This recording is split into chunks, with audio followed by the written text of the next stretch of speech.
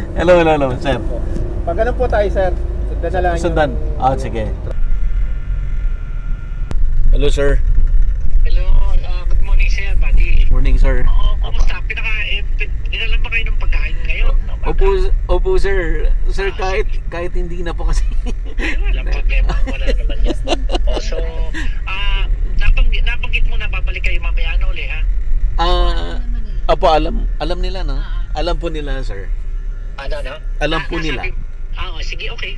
So, bahala kung ano, mahinayan, ang naging ko na, mahinayan ala ng tubig dyan eh. Pasensya na, may okay lang. ipunan yata eh. Okay lang, sir. Okay lang po.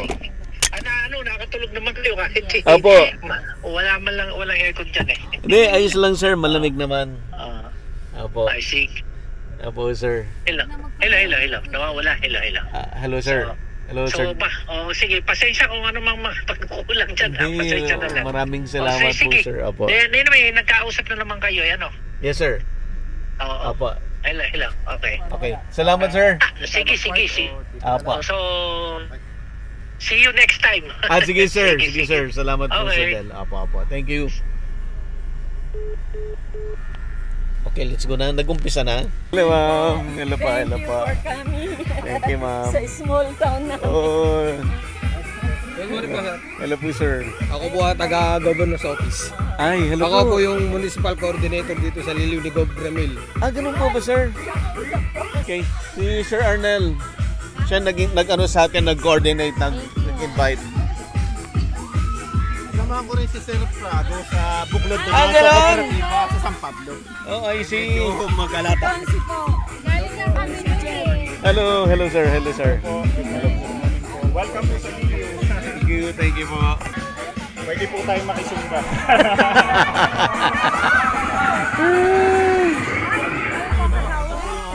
Hello, sir. Wala kayo nakikita sa atin. Nice to meet you. Thank you po. Apo. Bakarating kayo. First time namin mga kakapag-cover ng Lambanog. First time. Nagluluto na. Nagluluto na. Oh. Magluluto. Di ba meron pa diba?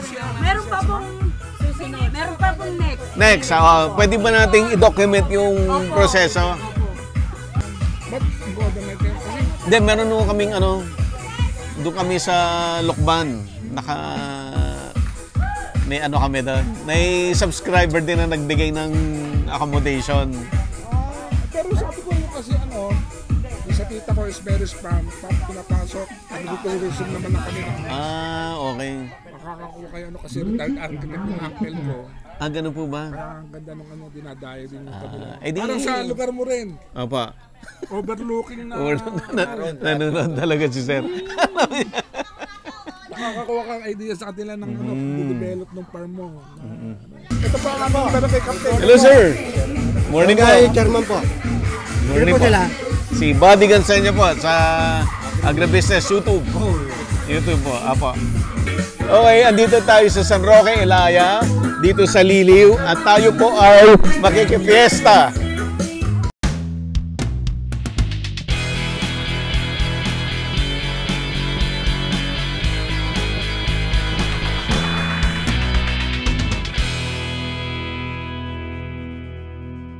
Available na po ang agribusiness merch sa Shopee. Ang link nasa description box.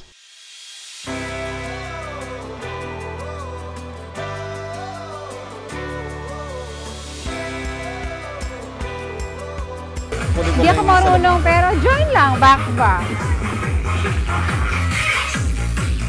Halika na, dito tayo, dito.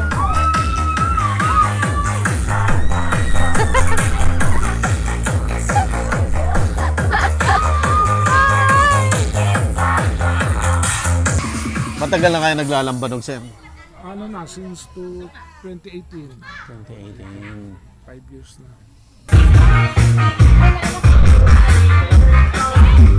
Sir, ano yung buong pangalan niyo, sir? Jojo Bendia po. Buendia. Bendia. Niyayamanin pa nga apelido. Kami lang natalo sa sabong yung tatay ko yung Bendia Avenue kaya hindi na amin eh.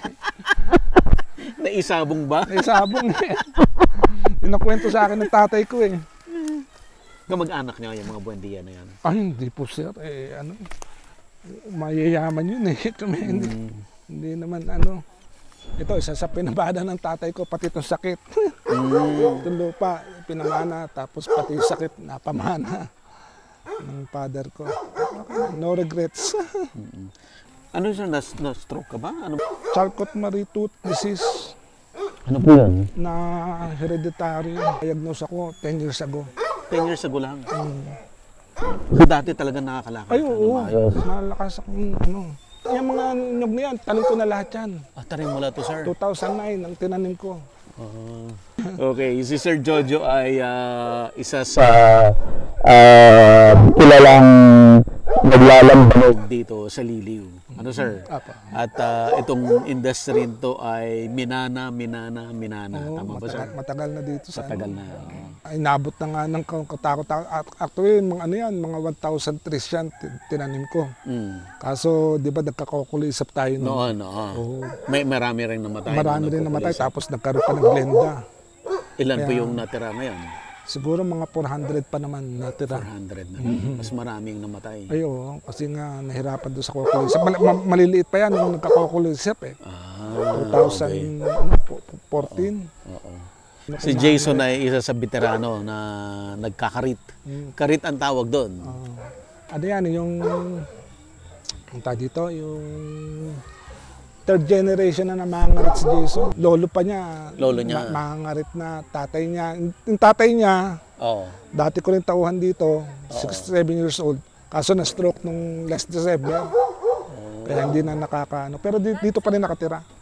So tapos sila, yung dalawang anak ni Maitre, yung tatay nila, dalawa silang tauhan ko pa rin dito. Si Jason, tapos yung kapatid niya. Si Peter. Nandun naman kay Peter. Bali sila, tiga 50 na puno. So itong kinakaritan na to, sir, ibig sabihin, hindi mo na pabubungahin to? Ay, hindi na. Talagang nasa galing din ng mga ngarit. Hindi basta magaling, mabilis umakyat, hindi nasa galing ng pagpapatuba. Kailangan patience ang kailangan kasi uti-uti mong pabababain patutunguhin. Kasi pag binigla mo at konting crack lang ng puso, wala na, hindi natutuba. Kaya yan araw-araw, magat hapon. Tinatalian nila, hinihila pa baba. So sa isang sa isang puno, ilan ang kakaritan? Depende. Yan, katulad yan, 4. Galing, Apat ang may sahod. Pag ganyan, maganda na yan. Jackpot ka na. So kayo dugtong sa taas, sir? Para hindi na sila bababa. Diyan malaki naman ang overhead namin sa kawayan. Kawayan. Sa kawayan. Lalaki ng kawayan, no? Ganun yan. Pag isa lang akitan nila, isa na bababa. Sa dulo na. Tapos na. Tapos ikot-ikot na siya. Kita mo ba dyan? Yun. Tapos yun, dapat magat hapon. Sinusugata para hindi siya tumigil pagtutuba. Pag hindi na sinugatan na gano'n, hindi tutuba. Lalo pag mainit. Ilang buwan na sinusugatan yan, sir? Mga 2 to 3 months ang isang puso. Ang isang puso? Makakarating ka na sa dulo nun. Oo, hanggang maubos na. Sir, bago 2 to 3 months, bago ka makarating dun sa dulo ng kinakaritan mo. By the time na matapos yun, may bagong puso na naman. Usually, pinakamadami niya 5. 5 na puso sa isang puno. Maganda na yun. Ayan, Isa naman yung mga trila. Malakas kumita yan. Lalo yan, si Jason, nakaka 1,000 isang araw. Paano ang bayaran? Ang bayaran ko dito, binabayaran ko sila sa tubang na-harvest nila. Sa harvest yan. So, gaano kadami? Isang container, ang bayad ko sa kanila is 150. Okay. Pag ako magpapahakot, 150. Pero pag sila, 170. Hanggang sa lutuan. Hanggang makarating na sa lutuan. Minsan sila na naghakot, kaya 170. 170. Sayang din kaya-kaya naman nilang mga bata. Na lang minsan, kaya nilang 10 pag maganda. Di meron silang 1.5, 1.7 isang araw. Lalo yung tatay nila. Yan sila, pinakamahina niya siguro mga 5 sa isang araw. Pero talagang dapat magat hapon, aanuhan mo. Kaya siya, pag hindi siya makakasampa sa isang araw, nawalan siya 1,000. hindi man. Kumukuha siya ng tag-akyat, mga extra, para wag lang masira. Kukuha siya, nagbabayad siya 700 isang araw. Siya magbabayad? Oo, siya magbabayad. Kasi yung harvest kanya naman yung harvest . Pero minsan nananalo pa kasi minsan naka 1,000 ka, di meron ko pa 300 na natira, hindi pa nasira yung Kasi pag hindi mo, isang araw lang na sira na kagad, 3 araw mo ulit bago mo patubo . So lahat ng puno naka-interconnected na lahat? Oo, interconnected sila na. Nag-iisip niya kung saan sila sasampa, saan sila Maganda lang dito, para kang may talo mo pa may alaga yung baka. Araw-araw mo ginagatasan, di ba, yung baka, kukunan mo. Pero yan, whole year round. Whole year round to? Oo, January to December. Although nagbabago ang volume ng harvest, at least every day meron. Unlike ibang crops, hindi mo kayang pabungahin ng araw-araw. All year round. Yung paa niya, yung pang-kawit niya. Sumasampa pa yan sila. Para hindi siya mahulog. Katulad may palabas na ulit bagong puso nasa gitna. Ayan, meron na naman. Uti-uti nila tatalian yun. At least 1 inch every day. Tatalian nila tapos para bababa. Para bumaba. Kasi hindi bababa yan ng kusa. Okay. Ito naman mga dwarf na galing sa PCA. Ito? Bagong maliliit? Patanim ko na. Dado. Yan. Ay, ayun. Ayun, malapit na maubos yun. Doon na siya sa papuntang dulo na. Tinatalian nila ng Nakakonek-konek pa lang kawayan para doon na sila baba.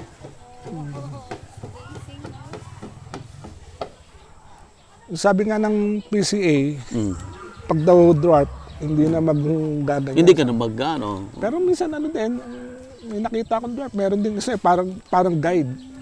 Ginagawa na lang nilang guide, tsaka yung kanilang patungan. Nilalagyan na lang na isa. Oo. Ako naman, ang ko, sabi ko, mas gusto ko pa rin ang native. Ang native, dahil sir? Kasi after 20 years, pwede mo pang kukulamber . At least ang dwarf, wala nang kukulamber. Wala nang kukulamber. Kaya dapat may dire-diretso na Tsaka tingin ko, gano'n. Sa data kasi ng PCA, ang kaya ibigay ng isang puno isang araw, 1 to 5 liters per day. Itong native, pag summer, minsan kaya pa 10 . 10. Pag summer, mas marami siyang juice. Mas maraming Ang explanation sa amin ng PCA, pag na-stress daw, nagpo-produce palalo siya ng mas pag na-stress ang puno sa sobrang init, ganyan. Humihina kami ng tuba pag pag malamig, tsaka yung pag naghangin, malakas na hangin. Ilang araw lang naman yun, mga 1-2 araw. Pero hindi naman nawawala, nahihina lang talaga. Meron din naman mga punong hindi natuba.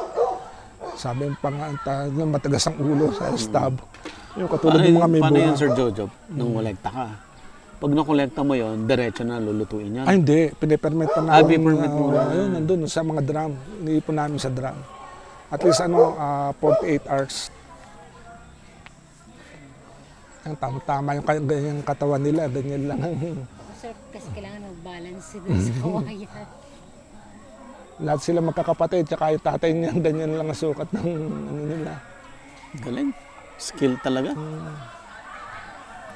Meron ding mga mabibilis pero hindi kasi gagaling ito sila magpatuba. Yung iba, lalo yung mga 20 years old, mabilis lang pero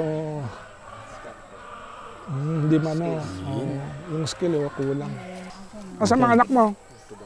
Kaya na, pag napadari, nakakalasing din. Oo, meron. Nakakalasing na yan kahit hindi pa na-ferment? Hindi, fermented na kasi yan 24 hours eh. 24 hours na yan. Kasi kahapon pa yan. Ngayon, halimbawa ngayon, tumutulo na siya. Bukas pa kukunin. May 24 hours na siya doon sa taas. Kaya kami dito sa drum, mga isa hanggang 2 araw na lang niluluto na Parang namin. 3 days na yan. Itong sarili, maliit lang. Yung iba nililis ko eh. Nag-release ka. Oo. Yung sarili mo, ilan? Actually hindi naman to, ancestral namin to, mga 2 hectares. Tapos may nililis akong 1 hectare doon sa kabila. Bali 3 hectares lahat yung kinukuha ko ng tuba. Ayun, yung 12 to 25 liters, gallon per day. 15 to 25, depende kung magdalawang luto kami. Isang batch kasi 12 to 15 gallons nakukuha namin. So parang depende sa depende sa tupper. Hanggang 30 gallons ang linuluto araw-araw. Araw-araw.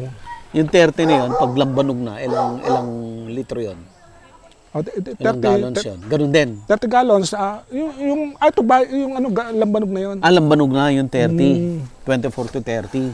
Ito kasi, ang laman ng lutuan namin, 11 na ganyan. Ayan, 5 gallons yan eh. Ito. 11 na ganyan yung distiller namin.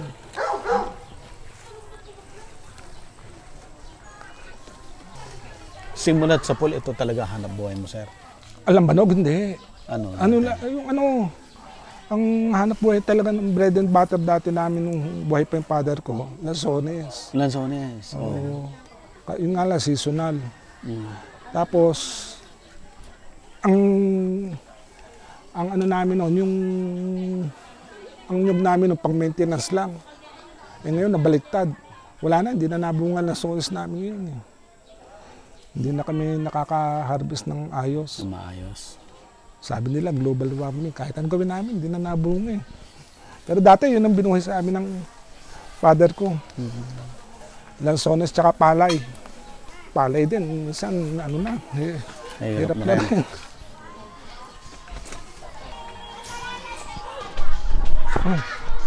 Ito naman ang aking distiller. Siya nagluluto. Sila. Natulo na ba ito? Yung inflorescent, yung ginagano nila. Nasasama lang. Pero pag niluluto naman namin, inaalis to, pinay. Ganun din yan.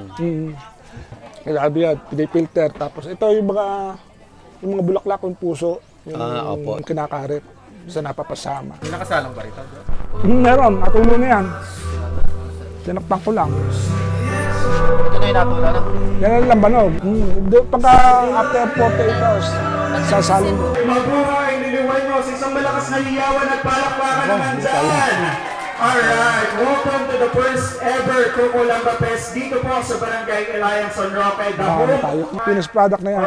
first ever Coco Lamba Fest dito po Ito yun. sa Barangay Elian San Roque. Siyempre, heads up as well sa buong Sangguniang Barangay and Sangguniang Kabataan ng Barangay Elian San Roque. Palakpakan nyo Tapos, naman sila. ito po, Alright. Kinokolekta lang namin yan kasi pwede mataas. mo makita ito na sa loob.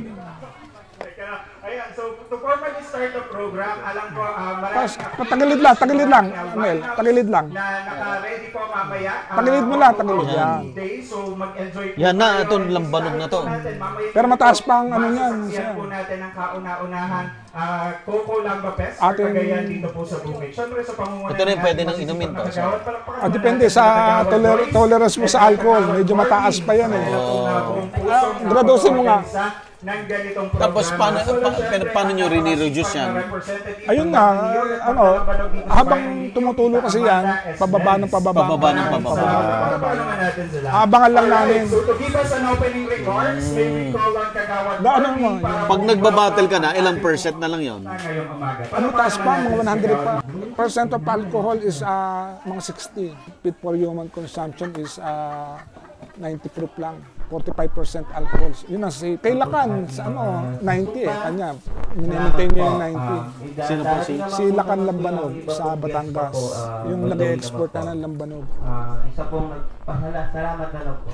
Nagawa din ako noon, pero special ano Short lang. but sweet, ano? Salamat Special pala sa- order, may special order. Thank you so much. Well, once again, palakpakan naman natin si Kagawad Marvin. And to give us another welcoming remarks, syempre tawagin naman natin ang napakasipag, napakaganda, talaga na namang pinagpaguran nila yung araw na to. Alcohol meter. Buendia. Alright. Oh, yun. Mataas pa. Mataas pa. 104 pa yun. 104 proof. Usually, pag naka 10 gallons, yan, 90 proof na yun. Pag ano, yung pag-ulan, minsan mababa pa doon. Kaya minsan 5 o 7 gallons pa lang, nagagrado na. Mamaya, mababa na pala. Although yung matatandang magluluto, sanay sa tarol kung tawagin. Dito, yung banto. Abangan lang nila yung mawala yung mga bula-bula pag natulong ganun.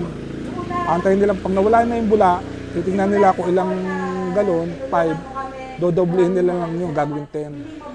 Ano na yun, 90 proof na yun. Alam na nila. Doon sa mga hindi pa gumagamit ng alcohol meter, mga sinauna.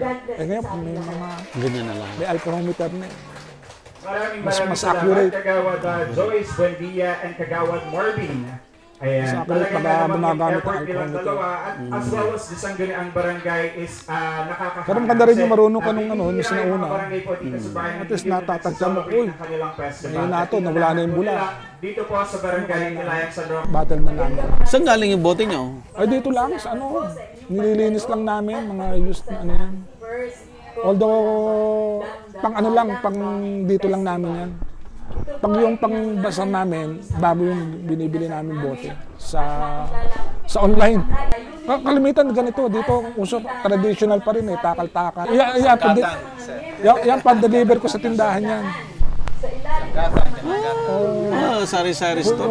Wholesale sila Titipid talaga sila. nagtitingi-tingi. Pergata. Ganun, sila na nagtitingi. Yun ang main ano namin, market namin, yung mga tindahan. Kaya kung magdala kami, isa-isang ganyan. 5 gallons yan. Gusto nga i-develop ni ano, kaso nga lang, tataas na naman ng hosting. Sabi nga ng iba, 4 months liquor daw, yung ano. Sabi ko, hindi, sabi ko, mas mahal pa yan sa Ginebra. Kung tutusin, pag bumili kang 45, 50, content only lang yun eh. Pag ano, pag ibobote mo yun, mas mahal pa sa Ginebra o sa Emperador. Yung nga lang, siyempre sa kanila, walang tingi-tingi. Kaya sabi nila, yung Lambanog, pang mahirap lang daw. Lambanog kasi pwede tingi-tingi. Kulang na kulang yung production namin. Lalo sa, dito, Timol, 10 kami. Hindi kami minsan nakakakuha pa akong sa pag kinukulang ako, nakakakuha pa ako sa kanila. Pag summer, pag taglakas, talagang sobra-sobra yung mahina pang demand. Pero pagdating ng last quarter, out lahat yan. Yung taste namin, hinahalo din namin sa susunod na pang lang daw, pang ng cake at saka ng linaw. Inihalo talaga yan. Konti lang naman, hindi naman lalahat. Naglalagay kami mga 2 gallons. Gusto kami ipang-FDA. Sa buong pagsuporta po dito po sa Direction naman. para hindi na makaproblema. Talaga namang ipinagbabalaki ng bayan ng Lidio si Sir Joban Oxales. Thank you so much po. Pamalupitan yan si Sir Joban at sila Ma'am Lisita. Kasi dito, sa 10 na walang mga walang permit. Pero nabebentahan pa rin, nabibilang pa rin. Lalo dito yung mga sila lahat ng labor, sa kanila yung naglilis sila ng isang mga kalahating hektarya. Tapos sila ang akyat, sila mangangarit, sila yung magluluto. Yun ang malaki kinikita. Wala pati sila magluluto sa kanila. May hina 2,000 isang araw doon.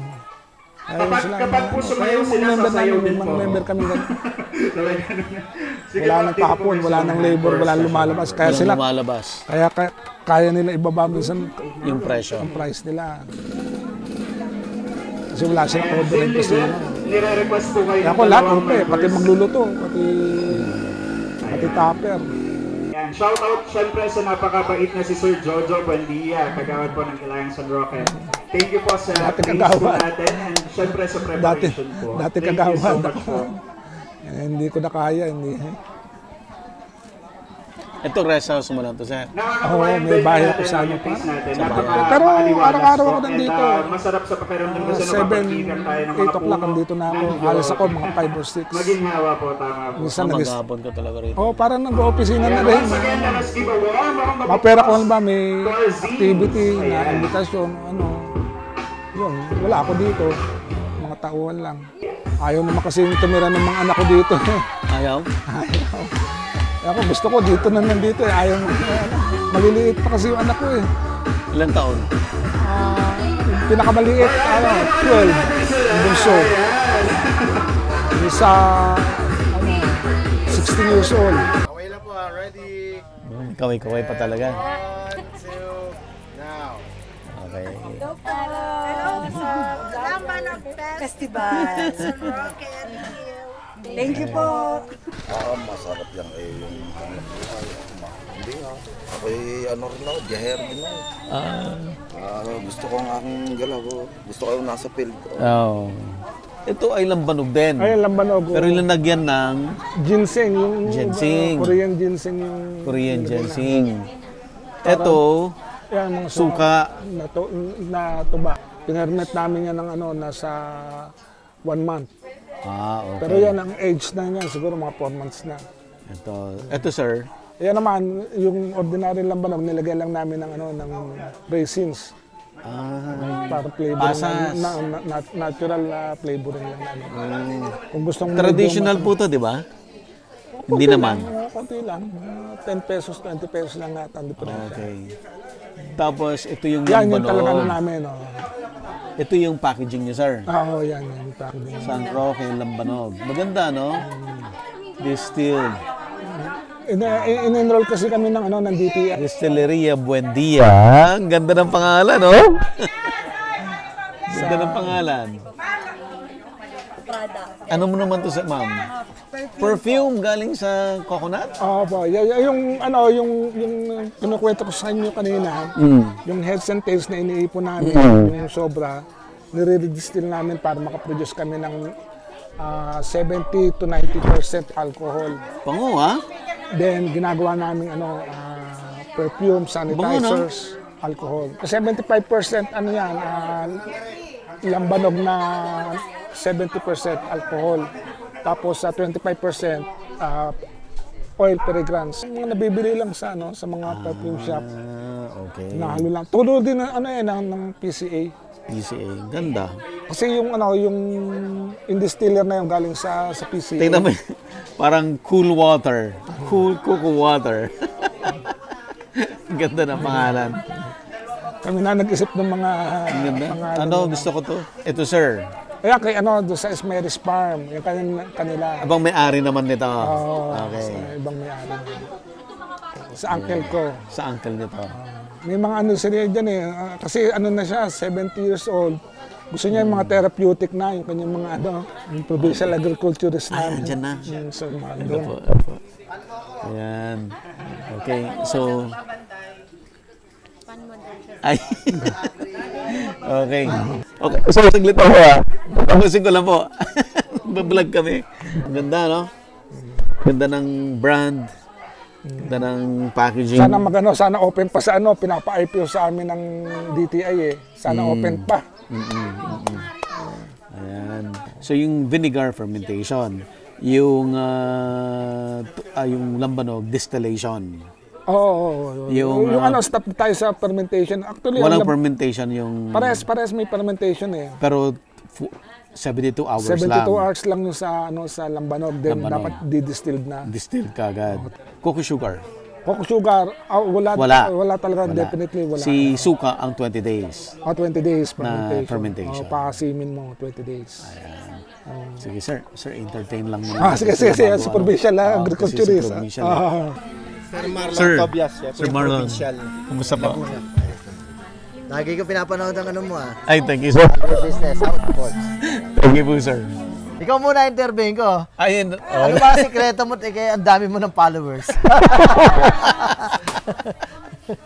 Ano sir? Hard work. Yun nga. Hard work. Talaga, ano, Ba't ako dedication. hard worker din ako, hindi pa ako magkaganyan. Baka hindi ka nagbablog, sir.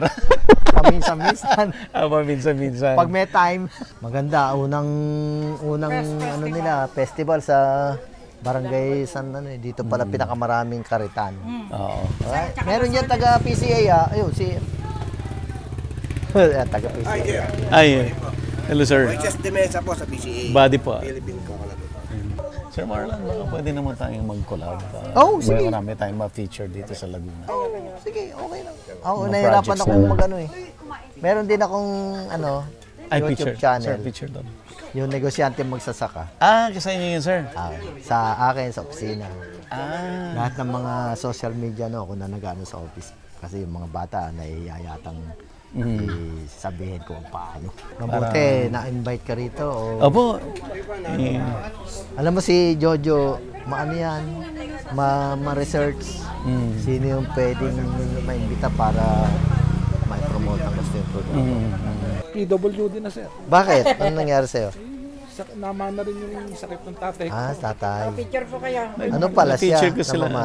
Pero nito lang lumabas. Sir Moises de Mesa po ng PCA. Dito po kayo sa naka-base ng Laguna. Dito po sa Laguna. Rin po yung... Tama. Laguna rin sila, Sir Del, di ba? Laguna pa rin yan, di ba? Sampaloc, Quezon. Quezon pala. Okay. Ang PCA ngayon, talagang full blast ang... Actually, yung program namin na si FIDP, yung Coconut Farmers and Industry Development Plan, yung coconut levy, which is i-distribute na sa coconut farmers through program 2. Kaya itong mga to, ina-assistihan ko sila.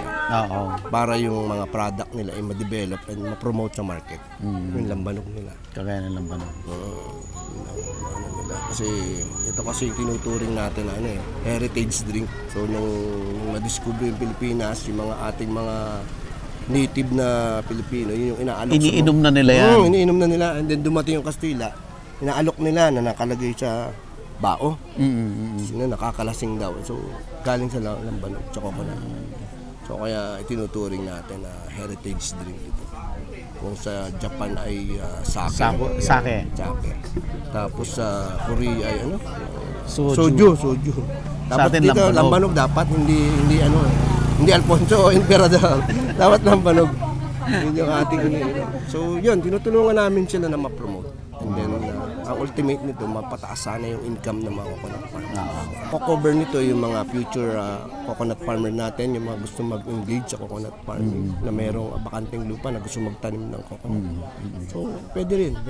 And then yung ating mga old-time farmer, katulad ni na Sir Jojo, yun yung ating mostly tinutulungan natin. Yung mga produkto na, tulad ng lambanog. So, itong Liliw kasi, kilala itong lambanog producer sa buong Laguna. Kahit nung buong Pilipinas. Buong Pilipinas. Buong Pilipinas. Kahit nung una pa.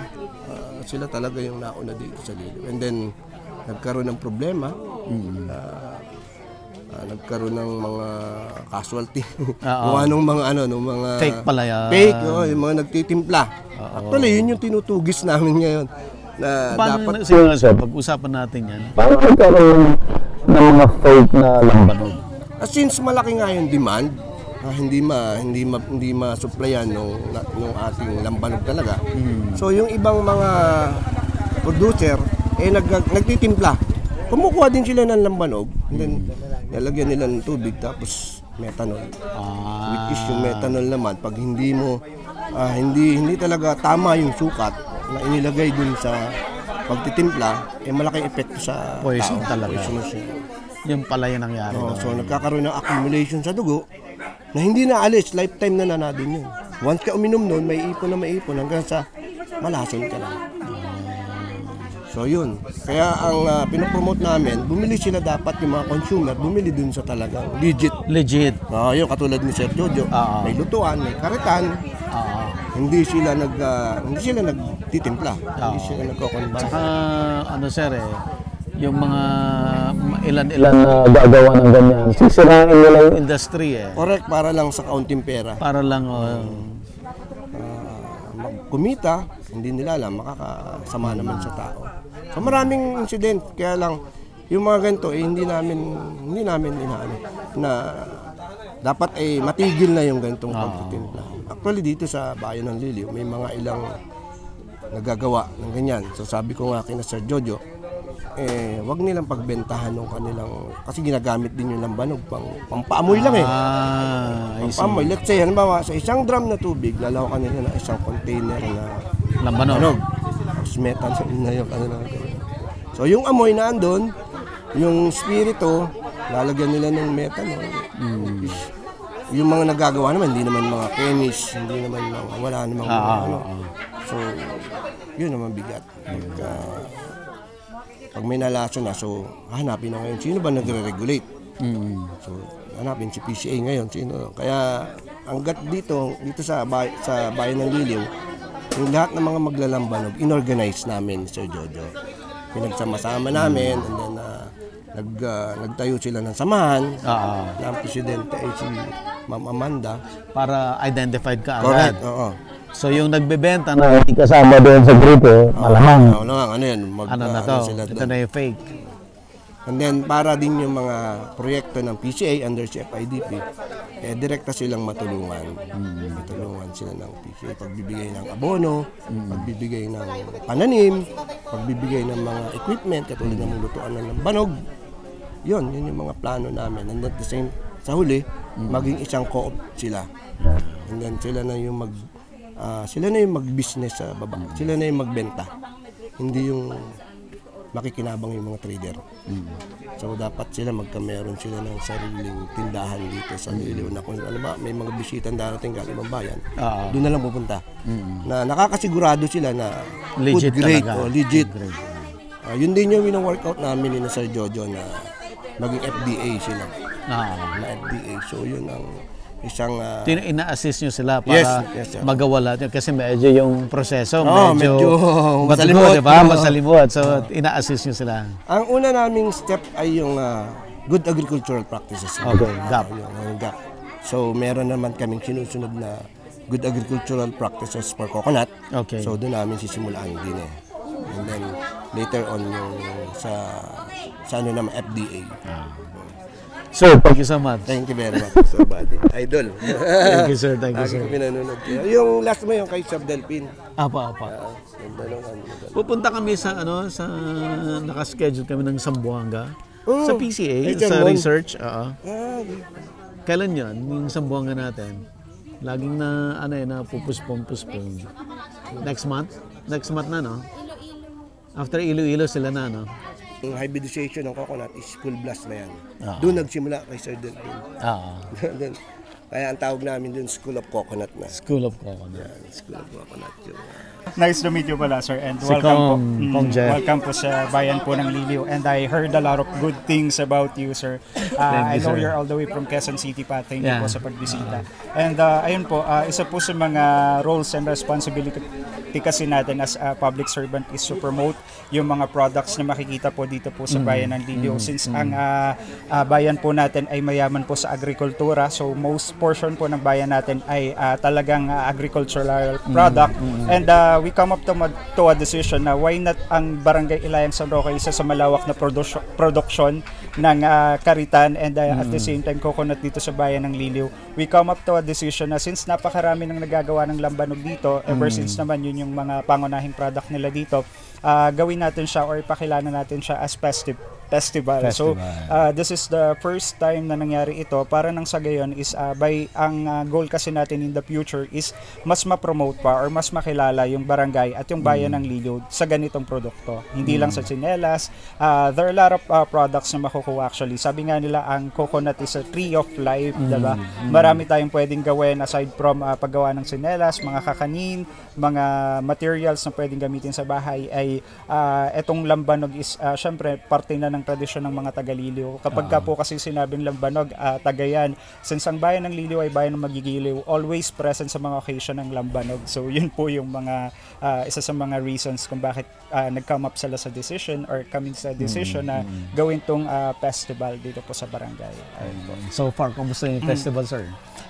Kanina po opening, masaya po kasi po sinimulan po natin ito sa Pasakale sa Zumba. So nakita po natin kanina yung mga bisita po natin na all different Zumba groups po dito sa bayan ng Liliw, and then welcome po ang lahat na umattend kanina. So nakakatuwa po na yung participation nila, although this is the first launch, talaga namang sabi ko matutulungan tayo ng mga Zumba groups and then yung may mga malalaking network dito sa bayan just to help us na ipakilala na ito ay sinaselebrate dito sa Barangay Ilayang San Roque.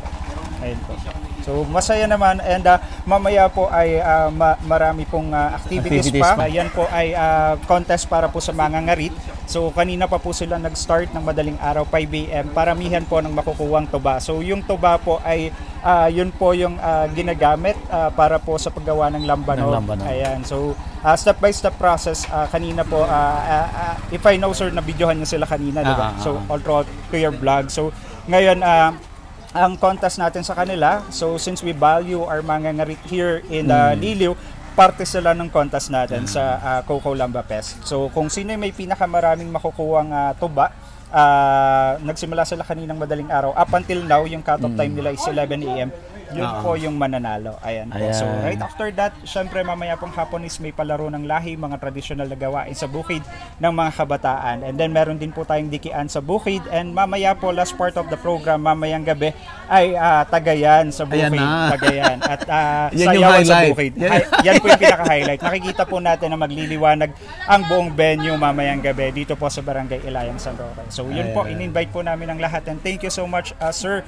I know napaka-busy nyo, sobrang dami nyong tinutulungan din, and I saw your vlog. Bilang ako rin po ay nagmula po sa pamilya ng magsasaka, pareho pong magsasaka ng aking mga magulang, kaya po binabalyo natin yung bawat farmers. So ang laking tulong nyo po na nagbibigay kayo ng knowledge, and at the same time napipicture nyo po yung different products ng bawat towns and municipalities na napupuntahan nyo. Kaya po saludo sa inyo, and I'm praying na mas marami pa pong followers ang dumating sa inyo, more blessings po dahil deserve nyo po yan. Thank you, Consel Jeff. Thank you so much. God bless po, sir. Thank you po, and welcome po sa Liliw. Tagay po tayo mamaya. Okay. Pwede pong sumama din. Opo. Teka lang po.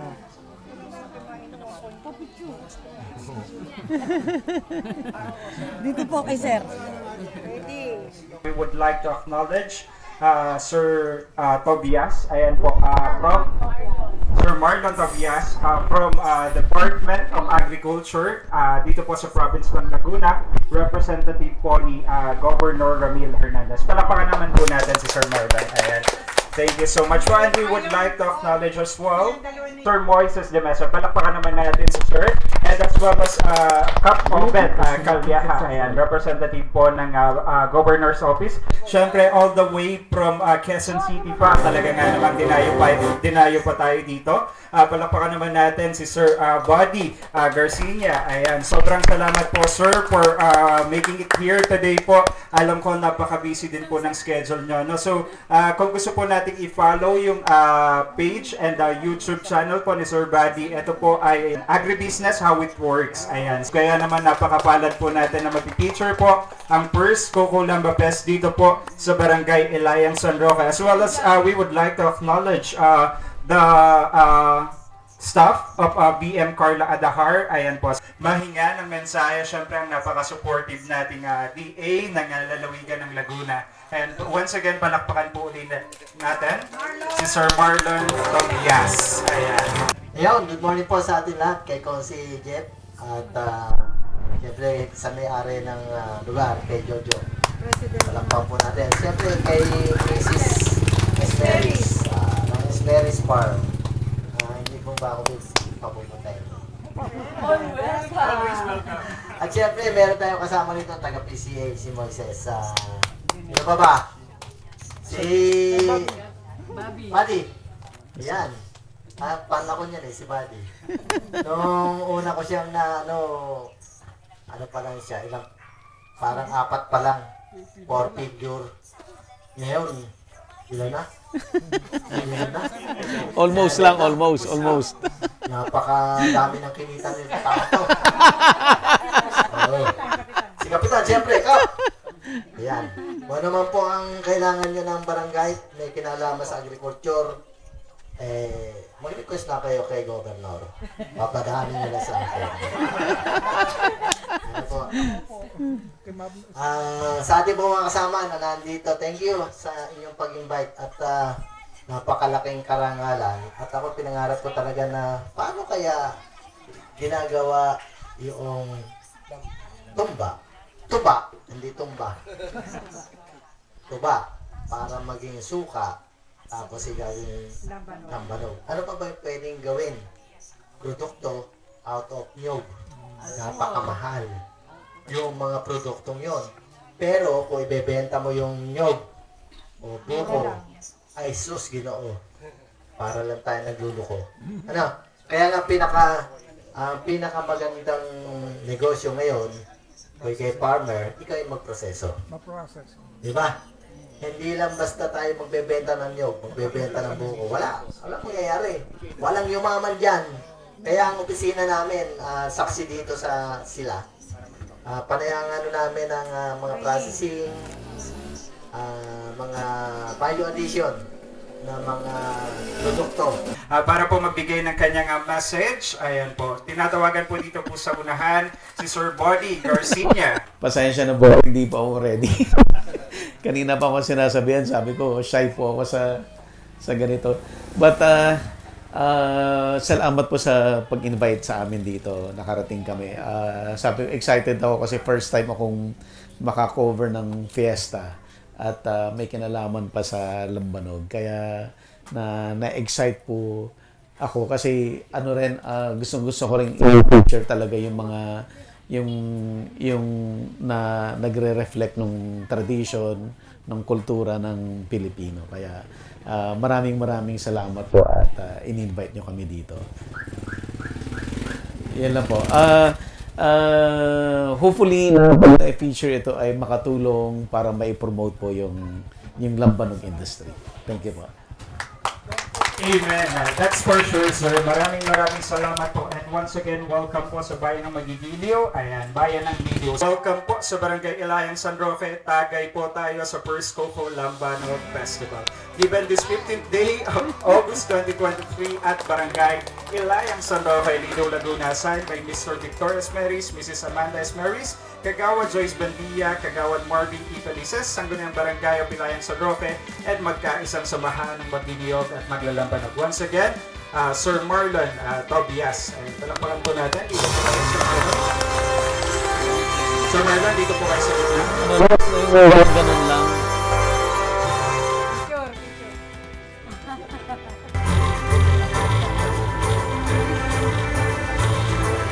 So first, Coco Lambanog Festival Certificate of Appreciation is hereby awarded to Mr. Body Garcia for the love and support for the first Coco Lambanog Festival at Barangay Ilayan, San Roque, Lido, Laguna. The celebration aims to promote the rich culture of Lalawaños, the product, and the people. Ilayan, San Roque is a home for the largest Karintanan Lambanog making in Lino, but what makes this place so special is the warmth and genuine smile of the people. As we say, welcome po tayo dito sa Barangay Ilayan, San Roque. Tagay po tayo sa First Coco Lambanog Festival. Given this 15th day of August 2023 at Barangay Ilayan, San Roque, Lido, Laguna. Once again, the Certificate of Appreciation is hereby awarded to Mr. Badi Garcia. Palakpakan po natin si Sir. Thank you. Thank you, sir. Thank you, ma'am. Thank you. Go.